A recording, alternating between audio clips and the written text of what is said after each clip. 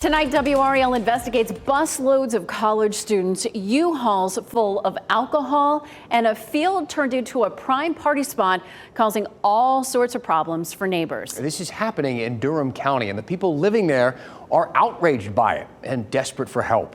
WRAL investigates Sarah Kruger is asking what's being done, if anything, to shut this down.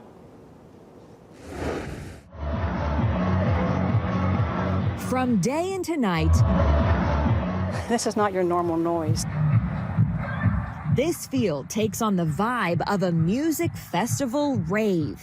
To me, it's unconscionable. If I was a landowner and I lived out here and I had neighbors like this, I just don't understand why you would continue to do this. Social media posts from Duke students explain how it works. They load up on rented buses and make the 30-minute drive north to Bahama, a very different setting than your typical college bar. They are extremely loud.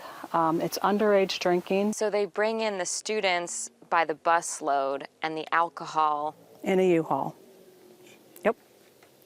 And we have pictures of it. Laura and John Hayes live across the street from the property on Rougemont Road. They've taken many pictures and videos since the issue started about a year ago.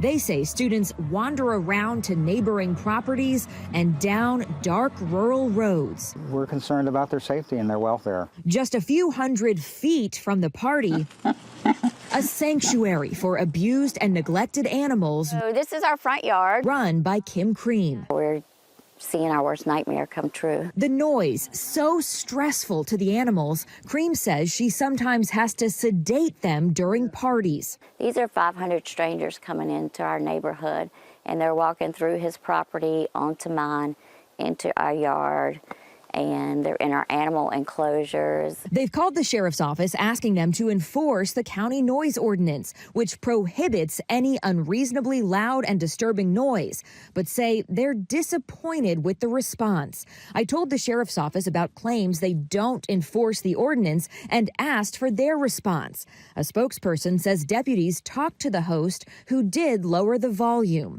I asked if deputies made any arrests or issued citations. They didn't answer that.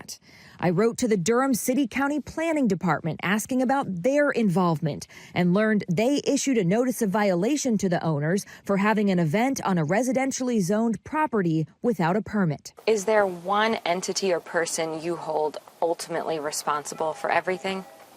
The landowner. Landowner. Those owners, according to property records, are Gustavo Angel and Edna DeLuna.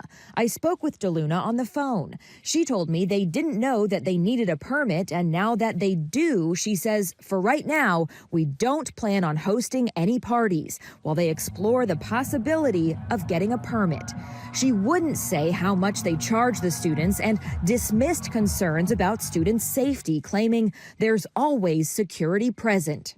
We feel like we're failed by all the entities that are supposed to support you when you have a problem like this. The neighbors worry not just about their situation, but that with no real or swift consequences, this will keep happening here and elsewhere. It's coming to your neighborhood too. Somebody's going to get hit.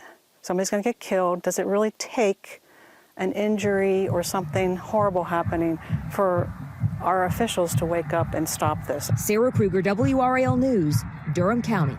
So Sarah also got in touch with Duke University to ask about these parties, get their opinion. They said that they're encouraging students to host parties on campus by putting up large tents, even allowing student fee money to be spent on alcohol.